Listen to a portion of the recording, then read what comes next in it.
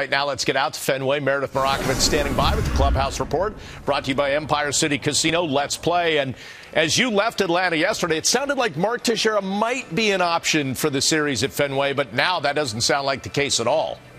Bob, he's not an option, especially not tonight. Joe Girardi said earlier today that Mark Teixeira woke up and still had soreness in that leg. They are just not happy with the progress he has been making. He's still sore, does not believe that he can run. So he sent him back to New York City. He'll be evaluated by Yankees team doctor Christopher Ahmad tomorrow. He'll undergo some more tests, another CT scan, another MRI. They just want to be 100% sure they did not miss anything last time out. Now, if you remember back to the Atlanta series, he did see the doctor there in Atlanta. That doctor told him a bone bruise can sometimes take as long as 2 weeks to heal. Today would have been that 2-week mark, so it is alarming that he is not getting any better. Joe Girardi hoping after this Boston series and a couple more days off that Teixeira will be good to go. In the meantime, it'll be Greg Bird filling in for Teixeira at first base. But guys, there's no question they missed Teixeira in the field defensively and offensively with the type of season that he has been having. They want him back as soon as possible. Yeah, no doubt about it. Now, as you left Atlanta, there was also the possibility that we might see Alex Rodriguez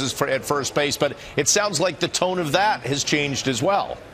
Well, Joe Girardi and Brian Cashman both spoke about that today, but Alex Rodriguez was actually at his locker today and spoke about that, saying, if they want me to do it, I'll certainly do it. Anything this team needs from me, I am willing to do. But he wasn't exactly overeager about the whole situation. Now, he did take some grounders at first base on Saturday, and he said prior to Saturday, he had not been in the field taking grounders at first since back in May. So it is something he has not done for quite some time. And I had the opportunity to ask Joe Girardi today, what are some of the challenges for a guy like Alex Rodriguez, who really hasn't played in the field all year long, to get back out there and play a position he really isn't that familiar with? I think the skills are there. He's always had good hands, and he's always been an accurate thrower. But there's a lot of little things that you have to do at first base, and there's, you know, the scooping of balls and the different throws that you have to make to pitchers, and in a sense, he's almost throwing backwards for him. Because he's turning to his right instead of his left a lot of times when turning a double play. So those are the differences. Cutoffs. And the games are really important, and you'd hate to see something happen to him physically, or you lose a game because he's possibly not in the right spot. I think Alex believes he can do anything, but it's not something that you can learn overnight. That's the problem. And it's not like I can say, you know what, go play a few games. You know, we're not in spring training, you know, so you can get comfortable. So it's just a thought. We'll see. Like anything else, I think we got to always think out of the box and try to find, you know, where, you know, what your entire roster can give at any given time. So I think I give Joe credit for thinking all that stuff, but thinking about something and then actually doing it are two different things. So. And I think, you know, they're going to probably, you know, Joe and I have talked through it. What do you think? My gut in the end is I don't think that's something that we'll pursue. But I wouldn't rule ever out utilizing it if it's a way we had to go. Right. I think they're right now, given the current roster situation, we're not going to have to do that.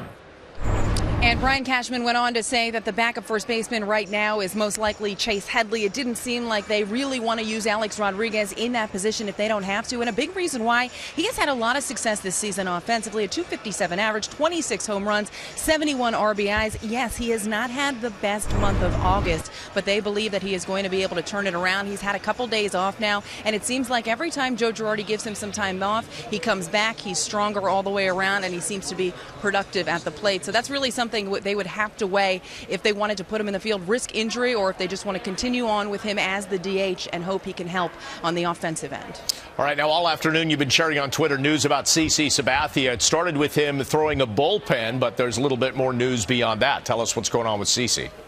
Well, he was out here at Fenway earlier today throwing that bullpen session, about a 30-pitch session, and he did wear the knee brace during it. He said it is a little bulky, it's a little awkward, but it's what he needs to do right now. Now, the plan for CC moving forward is to throw another bullpen session on Wednesday, and then on Friday to actually face some hitters. He said he doesn't think that he'll have any setbacks. He did not feel anything in the knee today, and really hasn't felt anything since he had those injections a couple of days ago. So CC Sabathia seems pretty optimistic overall. overall. Now, when he originally went on the DL, Joe Girardi was asked when he comes back whether he'd be a part of that rotation or he would be sent to the bullpen. And Brian Cashman said earlier today that when he returns, the plan is for him to rejoin that rotation. So it looks as though that's the plan as of now. Something can always change, but if CC Sabathia is healthy, he'll be a member of that starting rotation. And Bob, while we're on the news of pitching, there was some news earlier today regarding a former Yankee pitcher in David Robertson. Some reports surfaced that the Yankees had claimed him off of waivers. However, the White Sox went on to pull him back. They weren't able to work out a trade deal by the 2 p.m. deadline, so Robertson will stay in Chicago. He will not be rejoining the Yankees, although I know some fans on Twitter were extremely excited about that possibility. Yeah, it might have been just a move to block him from getting to the Blue Jays, too, as you know. All right, now let's wrap it up by talking about the starter tonight. Ivan Nova going for the Yankees, and a guy trying to get back on track, just one win in his last 4 starts. And last time out, it really wasn't pretty for Ivan Nova. He wasn't helped by an early blunder by Jacoby Ellsbury, but more than that, his stuff just wasn't sharp. His fastball was not going where he wanted it to. His curveball just was not sharp as well. And Joe Girardi said those are the 2 biggest keys for Ivan Nova. First off, he needs to attack with his fastball and be able to locate that pitch. And also the curveball needs to have a little bit better break, a little bit better bite. That's something that he had struggled with the last couple times out. And if you take a look, the 11 starts he has made this season, he is 5-6 with an ERA over 4. He's thrown 62 innings, and you have to remember he's coming off of Tommy John surgery, so sometimes there are ups and downs as a pitcher tries to return from that. He has had some very good starts. He's also had some starts that have been a struggle. The last one a struggle. They're hoping this evening he is able to turn things around. All right, Meredith, sounds good. Kenny and I are going to talk about Nova a little bit later in depth. Have a great night. We'll see you during the game and then on the post game later on.